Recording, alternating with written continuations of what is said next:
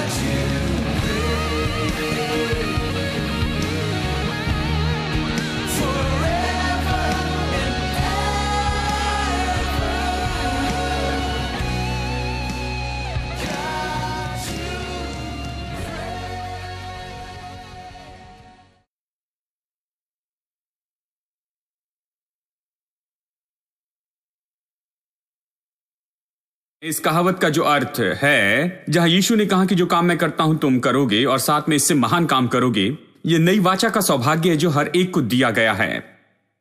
और मैं आपको दिखाऊंगा कि ये यहां ऐसा है। यहीं चलिए पढ़ते हैं वचन 12। मैं तुमसे सच सच कहता हूं कि जो मुझ पर विश्वास रखता है, ये काम जो मैं करता हूं वो भी करेगा, वरन इससे भी बड़े काम करेगा, क्योंकि मैं पिता के पास जाता हूं।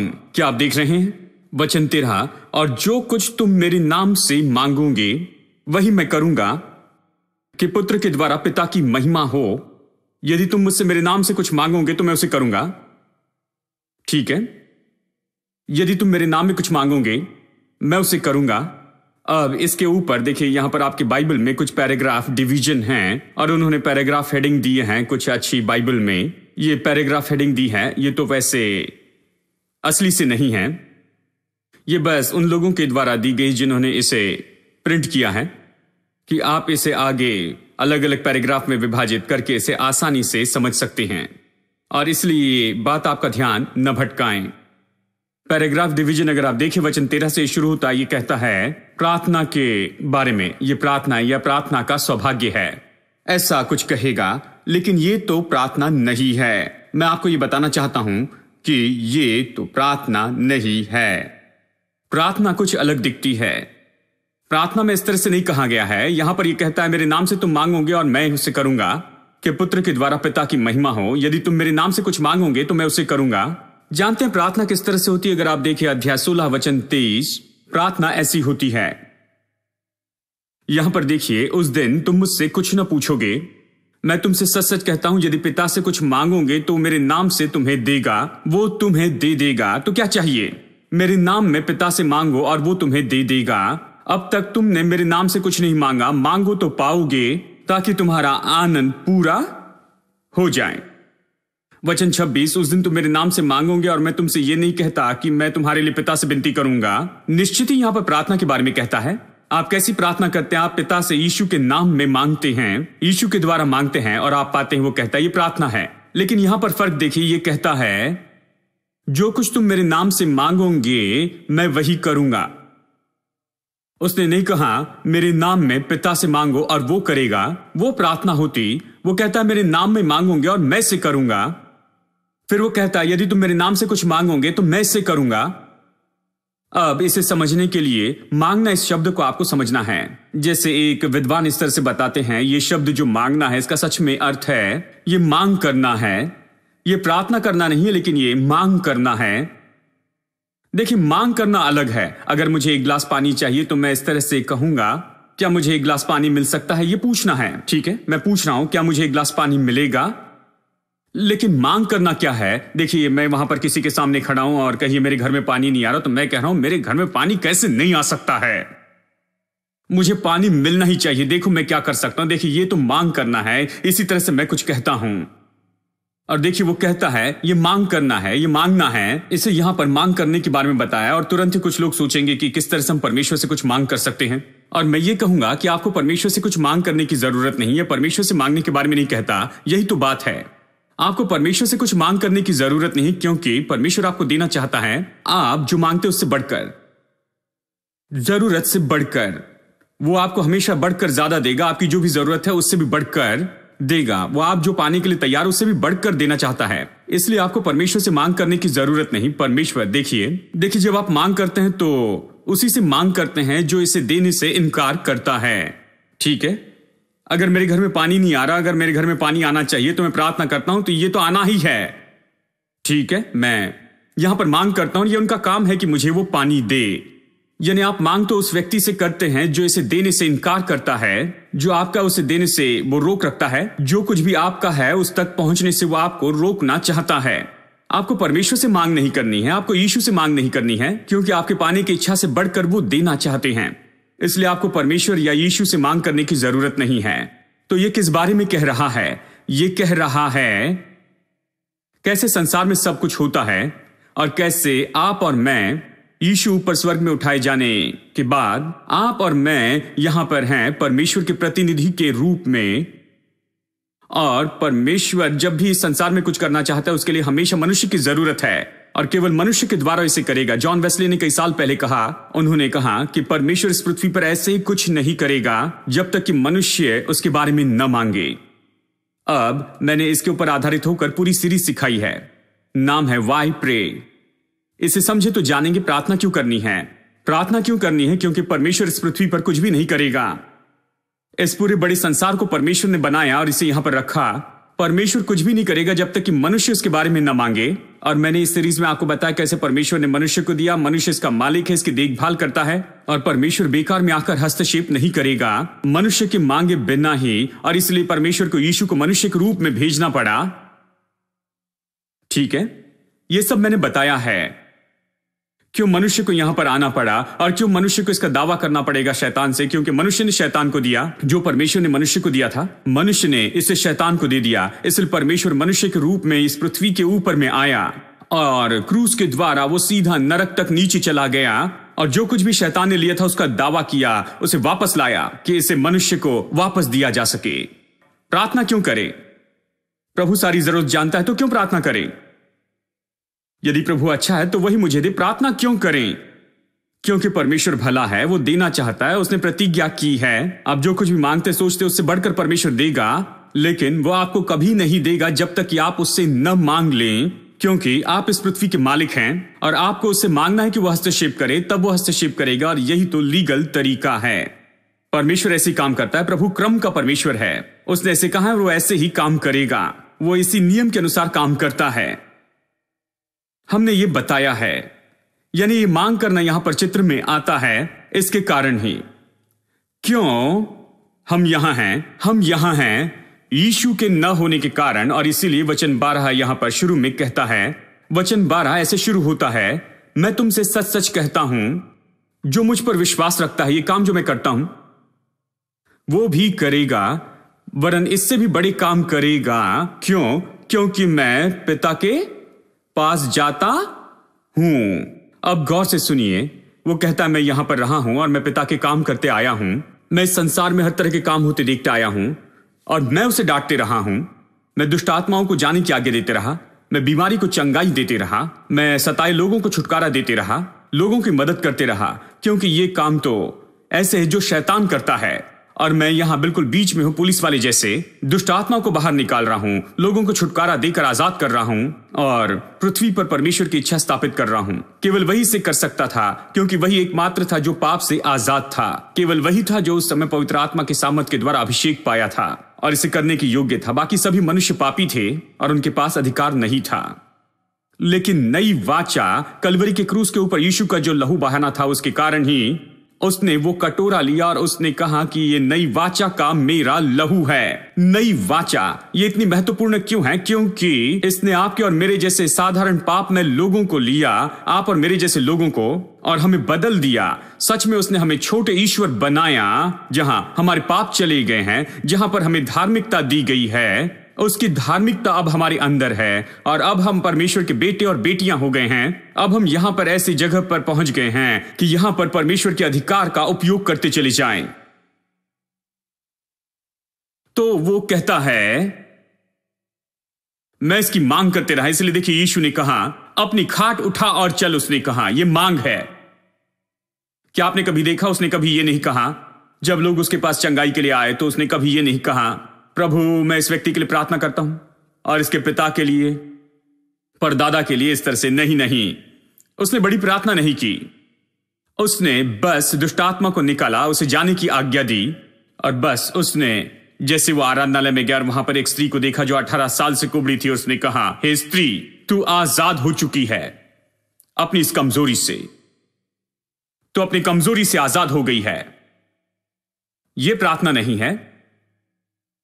यह ऐसा मनुष्य जो वहां पर खड़ा है गड़बड़ी और परेशानी में, शैतान के काम में, और वो कहता है तुम आजाद हो, और लोग आरोप लगाने लगे। तो कहा यह अब्राहम की बेटी है और 18 साल से ऐसी है, तुमने इसकी कभी परवाह नहीं की, लेकिन आज मैं इसे आजाद करता हूं, तुम आजाद हो। उसने कहा तुम्हारी इस कमजोरी से। यह मांग करना है। चलिए एक और अच्छा उदाहरण देता हूं, प्रेरित अध्याय 3 से। आप इसे लिख सकते हैं, बाद में पढ़ सकते हैं, आप ये कहानी जानते हैं। पतरस और यूहन्ना भवन में जाते हैं। ये तो उसके बाद में है जब नई वाचा प्रभावी होती है। यीशु फिर से जी उठा, मरा और जी उठा, पिता के पास चला गया। अब पतरस और यूहन्ना भवन की ओर जाते हैं। हमेशा की तरह वो यहूदी पृष्ठभूमि से थे, हमेशा की तरह भवन में जा रहे थे। और जैसे फाटक से भीतर गए, सुंदर फाटक के पास वहां एक मनुष्य बैठा था, जीवन में कभी नहीं चला था, भीख मांग रहा था। और पतरस यूहन्ना ने उसकी ओर देखकर कहा, जैसे उसने हाथ बढ़ाए कि कुछ पैसा मिले, उन्होंने कहा सोना और चांदी तो हमारे पास नहीं है। बहुत से लोग इसे लेते हैं, विश्वासी लोग। मैं आपको बताऊं बहुत अद्भुत लोग होते हैं। देखिए पतरस ने कहा है मेरे पास सोना चांदी नहीं। वो गरीब पतरस था। वो हमेशा इस काम में रहते कि पतरस को गरीब बनाए, यीशु को गरीब बनाए, सबको गरीब बनाए ताकि खुद गरीब रह सके। मैं सोचता हूं आज के सभी विश्वासी को एक साथ रखे, फिर भी इस लंगड़े के पास ज्यादा समझ थी।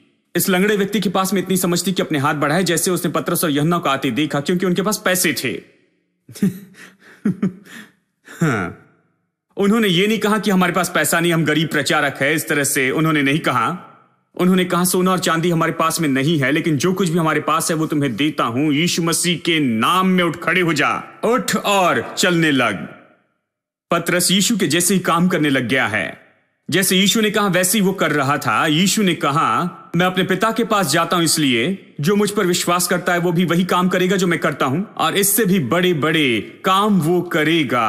अब पतरस जैसे यीशु ने कहा था वैसे ही काम करता है। उठ खड़े और चल फिर। और वो मनुष्य वहां पर कूद कर खड़ा हुआ और चलने लग गया, और वहां पर पूरे नगर में खलबली मच गई, क्योंकि मनुष्य जो कभी नहीं चला था अब चलने लग गया था। हाँ, उनसे पूछा गया ये कैसा हुआ? उसने कहा यीशु के नाम में यह हुआ। पतरस से पूछा गया, उसे सवाल के लिए बुलाया गया था सैनेड्रियन के सामने। उन्होंने पूछा कैसे और किस अधिकार से तुमने इसे किया है? और उन्होंने कहा यीशु के नाम में जो अधिकार है उसी के कारण। और फिर अंत में उसे बंदी बनाया और जाने दिया, और फिर कहा इस नाम में प्रचार न करना, कुछ और प्रचार करना, आस्था प्रचार करना, कुछ और बताना। यह प्रचार करना कौन से शर्ट पहनना है, कौन से पैंट पहनना है, कौन से कपड़े पहनना है, बाल काट लो, ऐसा कुछ बोलो, लेकिन यीशु के नाम में प्रचार नहीं करना। उन्होंने कहा कोई और आस्था प्रचार करना, लेकिन यीशु का प्रचार नहीं करना। यही तो उन्होंने कहा। पढ़िए 3 और 4 अध्याय, ये सब यीशु के नाम का प्रचार नहीं करना। देखिए यीशु के नाम में बहुत ज्यादा सामर्थ है। अब यहां पर यही बताना चाहता हूं, उसने इसे यीशु के नाम में किया। अब E.W. केनियन, जिन्होंने अच्छी किताबें लिखी, अद्भुत किताब जिसका नाम है वंडरफुल नेम ऑफ जीसस, कई साल पहले मुझे मौका मिला कि इसे पढ़ूं, और वो बता रहे थे एक सभा में, वो बता रहे थे यीशु के नाम के बारे में और उसके प्रकाशन के बारे में, यीशु के सामर्थी नाम के बारे में। और सामने में एक वकील बैठे थे और उन्होंने कहा कि मिस्टर केनियन, जिस तरह से आप यीशु के बारे में बता रहे हैं, मुझे ऐसा लगता है जैसे ये पावर ऑफ अटर्नी है।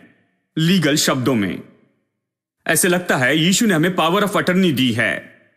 दूसरे शब्दों में पावर ऑफ अटर्नी है जहां कोई डॉक्यूमेंट पर साइन करके इसे आपको देता है कि आप उसके नाम का उपयोग कर सकते हैं। सच में आप जाकर उसके लिए दस्तखत कर सकते हैं।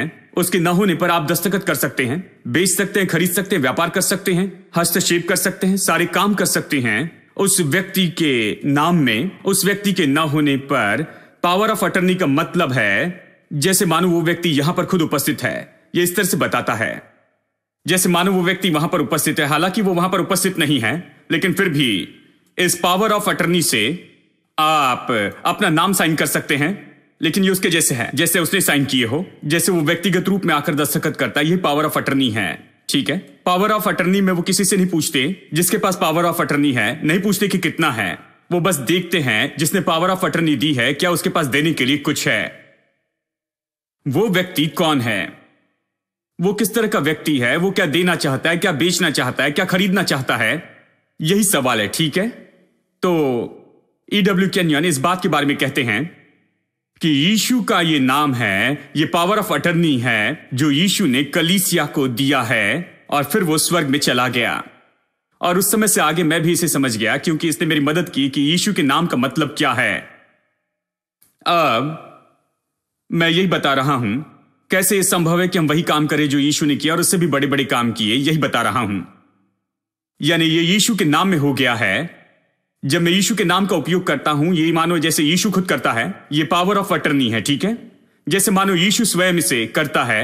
जब पतरस ने उससे कहा उठ खड़ा हो और चल फिर, और वो कूद पड़ा, ये मानो ऐसा था जैसे मानो यीशु अभी भी पृथ्वी पर चल रहा है, अभी भी यरूशलेम में है, अभी भी चल फिर रहा है, चंगाई दे रहा है। सब लोगों ने कहा कि यीशु तो उठाया गया, वो आसमान में उठाया गया, स्वर्ग में चला गया। नहीं, यीशु यहां पर है, पतरस के द्वारा काम कर रहा है, वो अपने नाम के द्वारा काम कर रहा है। उसका नाम उसकी उपस्थिति लेकर आता है, उसकी सामर्थ लाता है, उसके नाम में ये सारे चमत्कार हो रहे हैं। यीशु अभी भी वहां है यरूशलेम में, और आज मैं आपसे कहता हूं कि यीशु अभी भी यहां पर है। इस पूरे संसार में जहां भी उसका नाम लिया जाता है, उसकी शांति, उसकी उपस्थिति और उसकी सामर्थ उस जगह पर आती है जैसे मानो वो वहां है।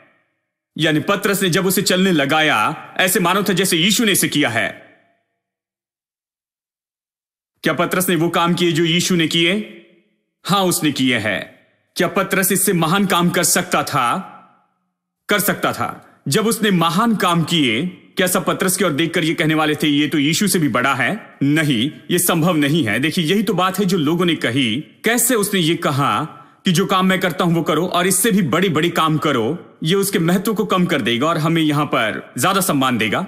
ये संभव नहीं है, क्योंकि ये सब कुछ हम अपने आप से नहीं करते हैं, ये तो हम उसके नाम में करते हैं।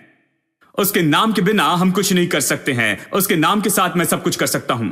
यदि मैं उसके नाम में करूं तो ये मानो जैसे उसने खुद इसे किया है, और इसलिए जो काम उसने किए वो मैं कर सकता हूं। और इसलिए क्योंकि मैं उसके नाम में करता हूं मानो जैसे उसने किया है, मैं उससे भी बड़े बड़े काम कर सकता हूं और सारा सम्मान उसे मिलेगा। मैं तो केवल एक पात्र हूं, लेकिन नाम तो उसका है, सामर्थ तो उसकी है और विजय मेरी है।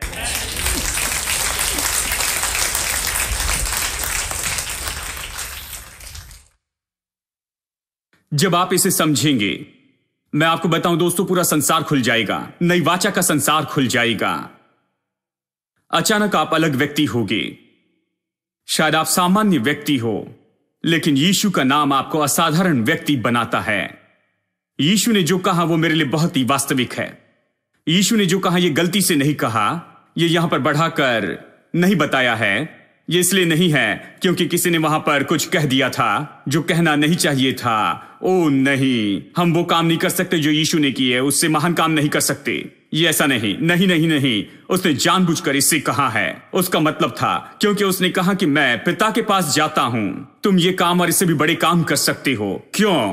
तुम मेरे नाम में इसकी मांग करो और मैं इसे करूंगा, और मैं तुम्हें दूंगा वो विजय उस परिस्थिति के ऊपर। ये कहने के बाद में ही वो कहता है, जो कुछ तुम मेरे नाम से मांगोगे मैं वही करूंगा। मेरे नाम में तुम मांगो, मैं इसे करूंगा। तो विश्वासी कैसे यीशु के काम करता है? जो यीशु ने किए वो उसके नाम में करता है। जब आप यीशु के नाम में करते हैं, आप जानते हैं और सब जानते हैं कि यह यीशु के नाम में किया गया है। ऐसा करने के लिए आपके अंदर में अपनी सामर्थ्य नहीं है, लेकिन आपके पास नाम के द्वारा सामर्थ्य है। ठीक है? उन्होंने पतरस को पकड़कर पूछा, किस नाम में तुमने ये किया? किस अधिकार से तुमने ये किया? उसने स्पष्ट कहा, यीशु के नाम में, जिसे तुमने क्रूस पर चढ़ाया, लेकिन जिसे परमेश्वर ने जिलाया।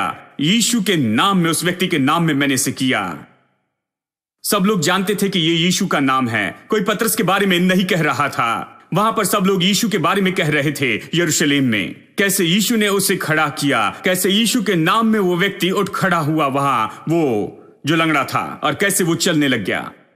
और अगर पतरस ने महान काम किए हैं, यीशु बैठकर ये नहीं कहेगा, मेरे प्रभु इसने मुझसे बड़े बड़े काम किए, मेरी शोहरत कम हो रही है। जानते हैं? नहीं, कोई समस्या नहीं, क्योंकि नाम के बिना वो कुछ भी नहीं कर सकता था, और नाम के साथ वो सारे काम कर सका जो यीशु ने किए, और उससे भी बड़े बड़े काम वो कर सकता है। ये पूरी तरह से हमारे लिए लागू होता है। यही तो सच में बहुत ही अद्भुत और महिमामय सौभाग्य है नई वाचा के विश्वासी का। आप इसे कर सकते हैं। ये तो सच में वास्तविक है।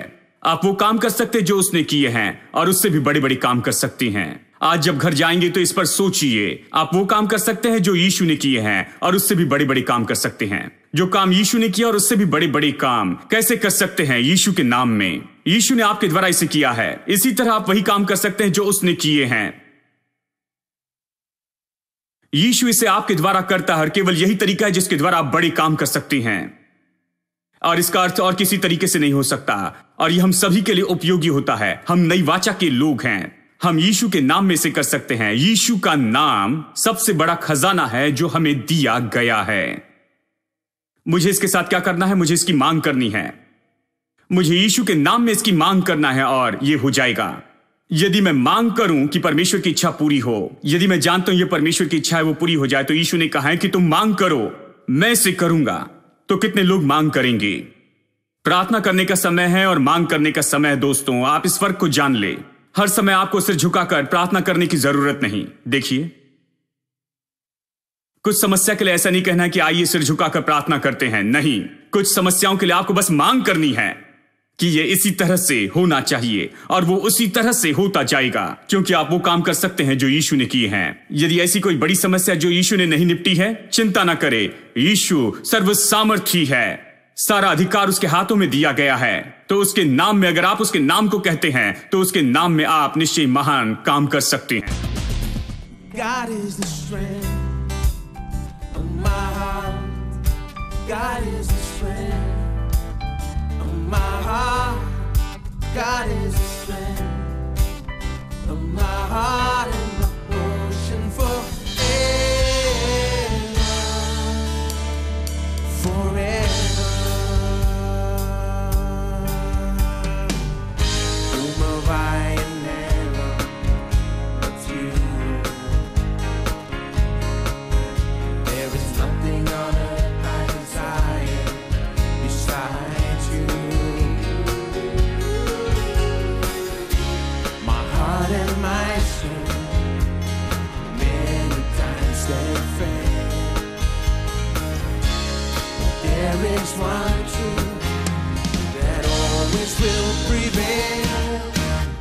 is the strength of my heart.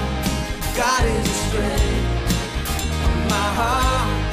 God is the strength of my heart and my portion forever. God is the strength of my heart. God is the strength of my heart. God is the strength of my heart and my portion forever.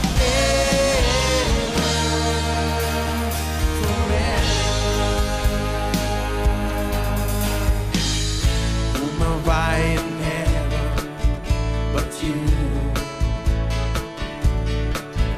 There is nothing on earth I desire besides you.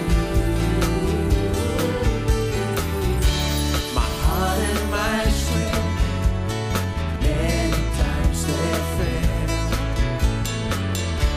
but there is one truth that always will prevail. God is the strength of my heart. God is the strength of my heart. God is the strength of my heart and my portion forever. God is the strength of my heart. God is the strength of my heart. God is the strength of my heart and my portion forever. God is the strength of my heart. God is the strength of my heart and my portion forever. Everybody, God is the strength of my heart. God is the strength of my heart.